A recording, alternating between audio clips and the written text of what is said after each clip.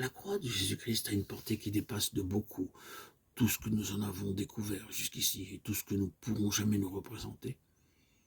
Les profondeurs de notre nature ont été vues à la croix comme nous ne les avons jamais vues. Et le problème qu'elle pose y a été tranché souverainement et pour toujours. Toutes ces forces subtiles qui nous trompent au point de se faire passer pour bonnes, Dieu les a vues dans leur brutale réalité. Toutes ces choses qui dépassent ce que nous en pouvons connaître ou concevoir, Dieu les a clouées à la croix et en a eu raison. De la racine jusqu'au rameau, du centre à la circonférence, tout a été mis à nu et a eu son compte réglé. Mais cette œuvre de fond doit, nous le savons, avoir une application pratique. Des preuves que dans ce domaine, la faiblesse est une nécessité divine. Nous en avons une, entre beaucoup d'autres, dans la vie de Paul. Paul, ce grand apôtre, cet instrument de choix, élu dès avant la fondation du monde. Malgré tout ce qu'il peut représenter comme témoignage vivant de la grâce et de la souveraineté de Dieu, malgré qu'il ait vu le ciel ouvert au-dessus de sa tête, malgré qu'il ait entendu la voix du Fils de Dieu glorifié, même cet homme-là, il faut qu'il ait une écharde plantée dans sa chair, de peur qu'il ne s'élève outre mesure.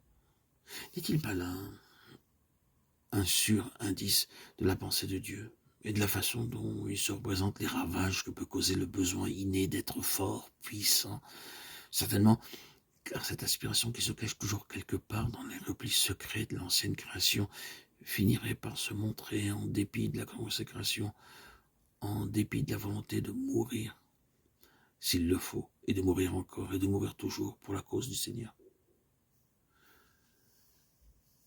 Fut-il jamais homme plus entièrement, plus radicalement consacré à Dieu que l'apôtre Paul, qui ne craindra pas de faire la preuve qu'il est prêt à mourir pour le Seigneur. Et cependant, même dans un homme comme celui-là, Dieu a repéré un danger, le danger du vieil homme. Ce fut une révélation pour Paul quand Dieu lui fit comprendre le pourquoi de cette écharpe dans la chair. Le danger est si subtil, il rampe si secrètement, que l'âme la plus dépourvue de détours, la consécration la plus transparente, n'est pas plus à l'abri que les autres. C'est quelque chose qui travaille dans l'ombre, là où nous ne voyons rien. De là, pour Dieu, cette impérieuse nécessité de rendre la croix continuellement réelle et expérimentale dans notre vie, pour avoir raison de cet élément-là, pour nous briser, pour nous vider, nous faire parvenir à cet état de faiblesse et de dépendance consciente qui a un tel prix à ses yeux. La valeur de la faiblesse s'apprécie à l'ampleur des dommages que peut causer à l'œuvre de Dieu cette tendance innée de notre nature, ce trait si profond de notre caractère. Il y a donc cette nécessité de la faiblesse.